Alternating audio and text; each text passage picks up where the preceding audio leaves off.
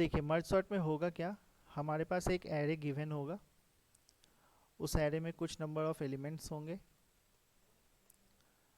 For example मैंने यहाँ पे लिख लिया 20, 10, 30, 25, कुछ भी 37 और 1। ठीक है, ये हमारे पास एक एरे है, उसमें कुछ वैल्यू दिया हुआ है, हमें इसको सॉर्ट करना है। और सॉर्टिंग के लिए हम कंसेप्ट यूज़ करेंगे मर्ज सॉर्ट का। मर्ज सॉर्ट का कंसेप्ट ये है कि merge sort divide and conquer principle पे बेस्ड है। डिवाइड एंड कनकर प्रिंसिपल जो होता है उसमें होता क्या है, एक बड़े से प्रॉब्लम को हम छोटे छोटे प्रॉब्लम्स में डिवाइड करते जाएं। ये डिवीज़न तब तक करते जाएंगे जब तक कि हमारा जो प्रॉब्लम है वो सबसे सिंपलेस्ट फॉर्म में ना आ जाए। इस केस में मर्ज सॉर्ट के केस में जो डिवीज़न होगा वो हर बार हम अपने एरे को दो पार्ट में डिवाइड करेंगे, उस दोनों पार्ट को फिर से दो दो पार्ट में डिवाइड करेंगे। ये डिवीज़न हम तब तक करते जाएंगे जब तक कि हमें सिर्फ एक एलिमेंट ना मिल जाए, ठीक है, या फिर जीरो एलिमेंट ना मिल जाए। क्योंकि एक अकेला एलिमेंट जो है वो ऑलरेडी सॉर्टेड ही होता है, तो इस कारण से हम लास्ट तक उसको डिवाइड करेंगे जब तक कि हमें सिर्फ एक अकेला एलिमेंट या फिर जीरो एलिमेंट ना मिले। जब ये डिवीज़न हो जाएगा उसके बाद हम मर्ज करने का काम स्टार्ट करते हैं। मर्ज करते वक्त हमें ये ध्यान देना है कि जब दो एलिमेंट को हम मर्ज करके एक कॉमन एलिमेंट बनाएंगे, एक कॉमन एरे बनाएंगे, उस वक्त हमें सॉर्टिंग भी करते जाना है। ठीक है, अगर एक रफ आइडिया दूं आपको मैं, तो ये अगर आपके पास एरे था, ये 5 है, ठीक है, ये 25 है। हमारे पास ये एक रफ आइडिया दे रहा हूँ, ये एक एरे दिया हुआ था, हम इसको दो पार्ट में डिवाइड करेंगे। फॉर एग्जांपल यहाँ से तो एक साइड आपको मिलेगा 20, 10 और 30, दूसरे साइड में आपको मिलेगा 25, 37 और 1। ये दो पार्ट में डिवीज़न हो गया। उसके बाद हम क्या करते हैं, उसके बाद हमें इस लेफ्ट सब एरे को और इस राइट सब एरे को फिर से डिवाइड करना है। ये 1 है। अब देखो, पहले हमारे पास जो टोटल एलिमेंट्स थे वो 6 थे, लेकिन अब हम सिर्फ इस सब एरे पे फोकस करेंगे और इस वाले सब एरे पे फोकस करेंगे, तो हमारे पास जो एरे की में एलिमेंट्स हैं वो कम हो गए। तो एक बड़े से प्रॉब्लम को हमने छोटे से प्रॉब्लम में डिवाइड कर लिया, तीन तीन एलिमेंट का एक एरे मिल गया आपको। अब इसको फिर से फर्दर डिवाइड करना है। तो आप मान लो डिवीज़न यहाँ से किए थे, तो एक साइड आपको मिलेगा 20, 10, दूसरे साइड आपको एक अकेला एलिमेंट मिला 30। सिमिलरली ये वाला डिवीज़न जो है उसको भी मान लो आपने यहाँ से डिवाइड किया है, तो आपको मिला है 25 और दूसरे साइड में मिला है 37 और 1। ठीक है, अभी देखोगे अगर तो ये वाला एलिमेंट सिंगल हो चुका है, ये वाला सिंगल हो चुका है, लेकिन अभी भी कुछ एरे हैं, सब एरे, जिसमें अभी भी दो एलिमेंट हैं। हम इसको फिर से डिवाइड करेंगे। तो इस वाले केस में अब यहाँ से डिवीजन होगा, तो हमारा 20 मिला, 10 मिला, उसके बाद यहाँ पे हमारे पास है 30, यहाँ पे है 25, इस जगह से हम फिर से डिवाइड करेंगे तो 37 और 1। अब अगर आप नोटिस कर पा रहे हो तो आपके सारे एलिमेंट जो है अलग अलग हो चुके हैं। तो अब हमें क्या करना है, अब हमें मर्ज करने का काम स्टार्ट करना है। प्रिंसिपल क्या था, डिवाइड एंड कनकर, तो डिवीज़न हो चुका, अब हमें कनकर करना है, मतलब एक्चुअली सॉल्व करना है अपने प्रॉब्लम को। तो अब हम क्या करेंगे, मर्ज करेंगे। मर्ज कैसे करेंगे, दो एलिमेंट को एक साथ मर्ज करेंगे। मर्जिंग के समय ध्यान देना है कि उसको सॉर्ट भी करते जाना है साथ साथ। तो 20 और 10 को मर्ज करोगे तो ये मिलेगा आपको 10 और 20, ठीक है, इस 30 को रहने दो। अब देखो ये 10 और 20 पहले दो अलग अलग एलिमेंट थे, लेकिन अब ये सिंगल एक एरे में आ जाएगा, ये एक अकेला एलिमेंट है। सिमिलरली यहाँ पे देखो तो 25, 37 और 1 था, आप इसको सॉर्ट करो, इन दोनों को सॉर्ट कर दो तो ये दोनों एक एलिमेंट में एक एरे में आ जाएंगे, ये 1 अकेले रह जाएगा। अगले राउंड में फिर से इसको कंबाइन करना है, तो अब ये दोनों कंबाइंड होगा, तो आपको मिलेगा 10, 20 और 30। यहाँ से ये दोनों कंबाइंड होगा तो आपको मिलेगा 1, 25 और 37। एक स्टेप और बाकी है। एक स्टेप और अगर आप जाते हो तो अब ये वाला सब एरे और ये वाला सब एरे ये दोनों कंबाइंड होगा। जब आप इसको कंबाइन करोगे तो सॉर्ट करते जाना है, तो आपका फाइनल आंसर मिलेगा 1, 10, 20, 25, 30 और 37। हम यहाँ से स्टार्ट किए थे और यहाँ तक गए। आपको अपने एरे को डिवाइड करते जाना है, तब तक डिवीज़न करोगे जब तक कि एक अकेला एलिमेंट ना बचे या फिर जीरो एलिमेंट ना बचे। डिवीज़न हो जाने के बाद आपको कंबाइंड करते जाना है। कंबाइन करते वक्त आपको ध्यान देना है कि हम उसको सॉर्ट भी करते चलेंगे साथ में, ठीक है। तो ये बेसिकली था डिवाइड एंड कंकर प्रिंसिपल पे बेस्ड। अगर आप इसके एल्गोरिदम की बात करो तो इसका एल्गोरिदम क्या होगा। इसके एल्गोरिदम में हमें दो चीज़ें करनी होंगी। पहला तो हमें डिवीज़न करना है, ठीक है, और दूसरा हमें मर्ज करना है और सॉर्ट भी करना है। तो हमें दो अलग अलग फंक्शन लिखना पड़ेगा।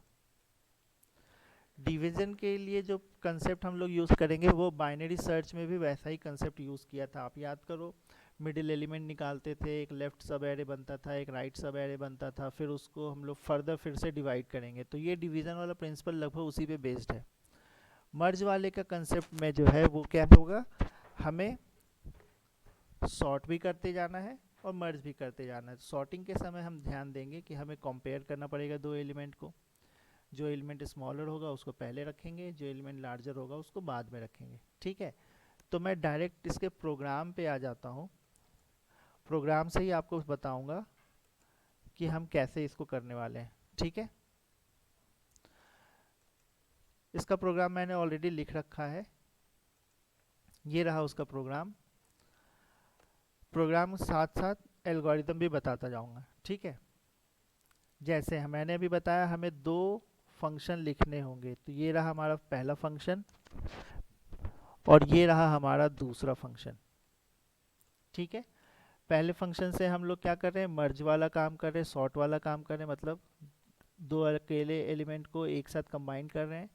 दूसरा फंक्शन जो है मर्ज सॉर्ट के नाम से, इससे हम डिवीज़न वाला काम कर रहे हैं, ठीक है। तो चलिए हम लोग देखते हैं पहले इसको एक बार।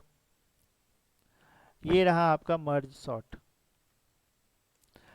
इस एल्गोरिदम को अगर आप ध्यान से देखोगे तो ये बिल्कुल मिलता जुलता है बाइनरी सर्च से। हमें क्या करना है, हमें एक एरे लेना है ARR, एक स्टार्टिंग इंडेक्स लेना है और एक लास्ट इंडेक्स लेना है। ये तो आपके एरे पे बेस्ड होगा, जैसे अगर 10 एलिमेंट का है तो बिगनिंग हो जाएगी 0 और एंड हो जाएगी 9, ठीक है। फिर आपको एक मिडिल नाम का वेरिएबल लेना है। मिडिल नाम के वेरिएबल को आप लोगे, फिर आप उस मिडिल नाम के वेरिएबल को कैलकुलेट करोगे। कैलकुलेशन कैसे होगा, beginning plus and divided by 2, ठीक है। अब हमें अपने एरे को, इस एरे को दो पार्ट में डिवाइड करना था, ठीक है। तो मिडिल एलिमेंट जो कैलकुलेट किया, मान लो मिड ये है, तो आपको एक लेफ्ट सब एरे मिलेगा और एक राइट सब एरे मिलेगा। ये जो लेफ्ट सब एरे होगा उसका इंडेक्स स्टार्टिंग कहाँ से होगा, 0 से।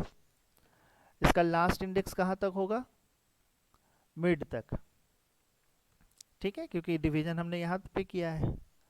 तो ये रहा आपका लेफ्ट सब एरे 0 से लेकर मिड तक। राइट सब एरे की बात करो तो क्योंकि ये मिड तो लेफ्ट वाले में जा चुका है, तो राइट सब एरे का पहला एलिमेंट जो होगा उसका इंडेक्स कहाँ से स्टार्ट होगा, मिड प्लस 1 से, ठीक है। और आखिरी इंडेक्स क्या होगा, आखिरी इंडेक्स तो एंड है ही अभी भी। वही हमने यहाँ पे डिवीजन किया है। आपको एक बड़े से एरे को जिसका बिगनिंग था और एंड था इंडेक्स, उसको दो अलग अलग एरे में डिवाइड करना है। पहला एरे डिवीजन होगा बिगनिंग से मिड तक के लिए, ये वाला, और दूसरा डिवीजन होगा मिड प्लस 1 से एंड तक, ये वाला, ठीक है।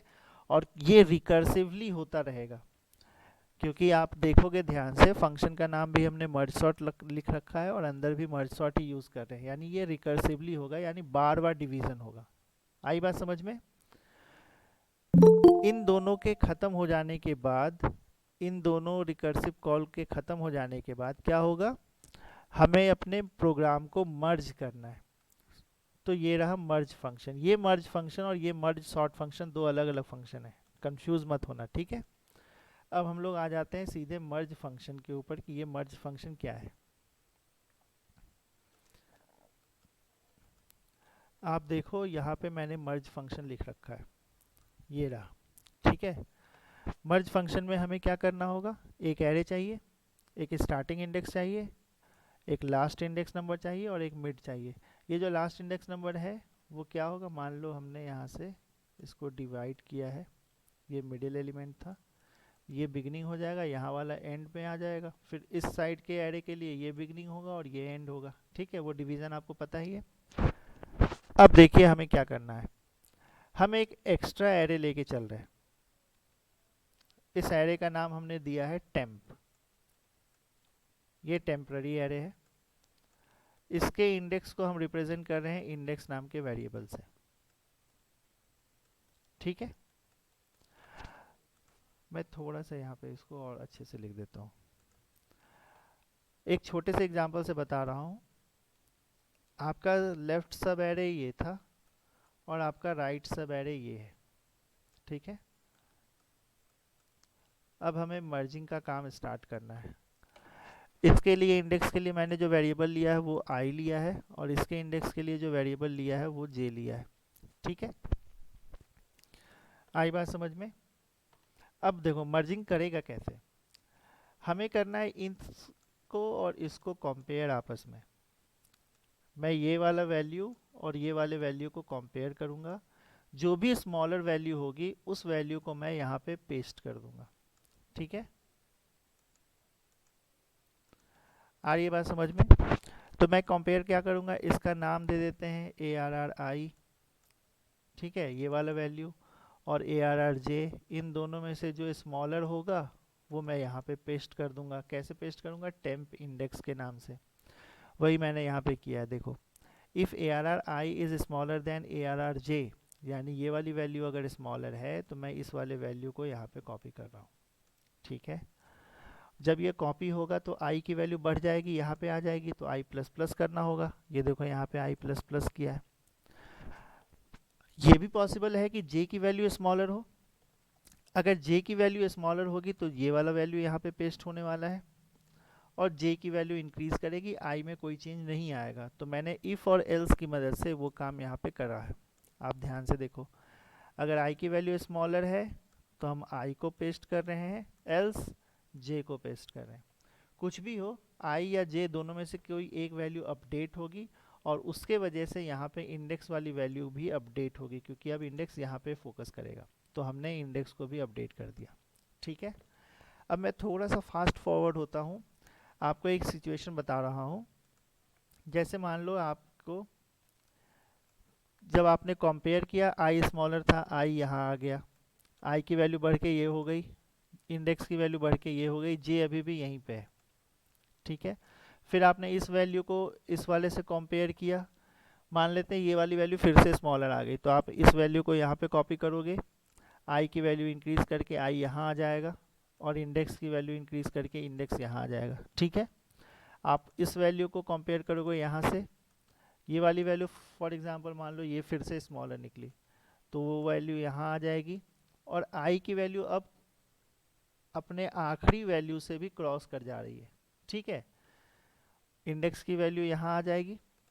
अब देखो i वाले साइड के जो एरे के सारे एलिमेंट थे वो आपने कॉपी कर लिए, i की तरफ कुछ भी नहीं बचा है, लेकिन j के साइड में अभी भी एलिमेंट बाकी हैं, ये तीनों एलिमेंट अभी भी बाकी है, इस एरे में आए नहीं। तो अब आपको क्या करना होगा, अब आपको यहाँ के सारे एलिमेंट को 1 बाय 1 इसमें कॉपी करना पड़ेगा, ठीक है। यही काम रिवर्स ऑर्डर में भी हो सकता है कि j के सारे वैल्यू यहाँ पे आ चुके हुए, j खत्म हो गया लेकिन i अभी भी बाकी है, तो i की वैल्यू को आपको इसमें कॉपी करनी होगी। तो वो वाला कंसेप्ट मैंने यहाँ पे लिखा है। थोड़ा सा मैं क्लियर कर देता हूँ स्क्रीन, आपको समझने में आसानी होगी। देखिए मैंने क्या लिखा, if i is greater than mid, i की वैल्यू बढ़ते बढ़ते यहाँ से आगे बढ़ चुकी थी, लेकिन j जो है अभी भी एंड से पहले ही है, एंड पे आया नहीं है। तो हमें क्या इसका मतलब समझ में आ रहा है कि i के साइड में सारे वैल्यू आ चुके हैं लेकिन j के साइड के वैल्यूज़ बाकी हैं अभी। तो आपको जे वाला एरे के सारे एलिमेंट को 1 बाय 1 कॉपी करना होगा इस टेम्प नाम के इंडेक्स एरे में। ठीक है, ये इफ़ की कंडीशन थी और यहाँ पे एल्स की कंडीशन है। एल्स की कंडीशन का मतलब कि आई अभी भी मिडिल तक नहीं पहुँचा है, लेकिन जे जो है वो एंड तक जा चुका है, तो आपको आई की वैल्यू को कॉपी करनी होगी। ठीक है, ये रहा। कुछ भी हो, यहाँ पे आपका ये इंडेक्स नाम का जो टेम्प नाम का जो एरे था उसमें वैल्यू आ चुका है। उसके बाद हमें क्या करना है, ये वाला एरे तो हमने टेम्पररी बनाया था लेकिन इसका हम यूज़ कर नहीं सकते, तो हमें क्या करना होगा, इस एरे को अपने ओरिजिनल एरे में कॉपी करना होगा। तो हम एक फॉर लूप लगा के उस एरे को कॉपी कर लेंगे। ठीक है, तो हमारा सॉर्टिंग हो चुका है। फाइनली हम इस एरे को फिर प्रिंट करा देंगे। तो अब मैं आपको एक बार इस पूरे प्रोग्राम को समझा देता हूँ, ठीक है, कैसे काम कर रहा है। प्रोग्राम जब भी स्टार्ट होगा तो मेन से स्टार्ट होगा। मेन के पहले हमने अपने दोनों फंक्शन के प्रोटोटाइप को डिक्लेयर किया है। मेन पे गए, एक एरे डिक्लेयर किया, एक वेरिएबल और एक एन डिक्लेयर किया। यहाँ से यूज़र से साइज़ पूछ लिया एरे की क्या होगी, यूज़र ने वो साइज़ बता दिया और आपने उतने एलिमेंट को इंसर्ट करा दिया एरे में। यानी अभी हमने बेसिकली अपने एरे को क्रिएट किया है। एरे को क्रिएट करने के बाद हम मर्ज सॉर्ट नाम का फंक्शन चलाएंगे, क्योंकि मर्ज सॉर्ट फंक्शन क्या करेगा, हमारे एरे को डिवाइड करेगा। ठीक है, पहले डिवाइड करते हैं फिर हमें एडिशन करना है, सॉर्टिंग करनी है। हमने मर्ज सॉर्ट नाम का फंक्शन बनाया, तो हमारा कंट्रोल कहाँ पे चला आएगा, यहाँ से उठकर सीधे मर्ज सॉर्ट के पास। मर्ज सॉर्ट के फंक्शन की बॉडी के अंदर हमने फिर से मर्ज सॉर्ट को किया है कॉल, यानी कि लेफ्ट सब एरे बनेगा, राइट सब एरे बनेगा। लेफ्ट सब एरे फर्दर लेफ्ट और राइट में डिवाइड होगा, राइट सब एरे फर्दर लेफ्ट और राइट में डिवाइड होगा, और ये प्रोसेस रिपीट होता जाएगा। ये मैं क्यों बोल रहा हूँ, क्योंकि वो ये दोनों फंक्शन की वजह से ऐसा हो रहा है। ठीक है, ये वाले दो फंक्शन। देन आपका मर्ज नाम का फंक्शन कॉल होगा। मर्ज और मर्ज सॉर्ट दो अलग अलग फंक्शन है, कंफ्यूज मत होना। मर्ज नाम का फंक्शन कॉल होगा। मर्ज नाम का फंक्शन यहाँ पे लिख रखा है मैंने। इस मर्ज नाम के फंक्शन में हो रहा क्या, हम अपने वैल्यूज़ को कंपेयर कर रहे हैं। जो स्मॉलर वैल्यू हो उसको टेम्प नाम के एक टेम्पररी एरे में कॉपी कर रहे हैं। ठीक है, लास्टली हम लोगों ने क्या किया, फिर उस टेम्प के सारे वैल्यू को ARR में कॉपी कर दिया। तो इसके वजह से हमारे पास एक सॉर्टेड एरे मिल चुका है। ठीक है, अब यहाँ मर्ज सॉर्ट पे ये कॉल हुआ था, तो यहाँ हम रिटर्न होंगे वापस। फंक्शन ख़त्म हो गया, इस वजह से हम वापस कहाँ रिटर्न होंगे, इस लाइन के पास, मेन में। और देन आपका ये printf का लाइन चलेगा, सॉर्टेड एरे, और फिर फॉर लूप और printf की वजह से वो एरे जो था, जो कि अभी अभी टेम्प से एरे में कॉपी हुआ था, वो प्रिंट हो जाएगा। मैं इसको रन करा के दिखाता हूँ आपको प्रोग्राम।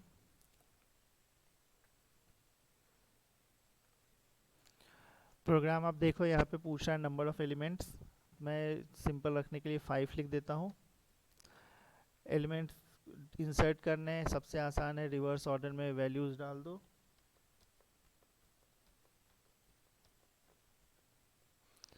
ठीक है, अब देखो मैंने वैल्यू दिया था 50 40 30 20 10। जो एरे हमें सॉर्ट होकर के मिला है वो 10 20 30 40 50 मिला है। ठीक है, आप इसको एक बार फिर से रन करा के देखो किसी और वैल्यू के लिए।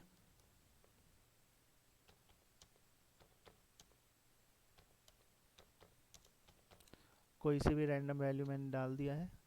अब देखो ये सॉर्ट कर दे रहा है उसको। ठीक है, यानी हमारा प्रोग्राम सही काम कर रहा है। किसी को कोई डाउट है?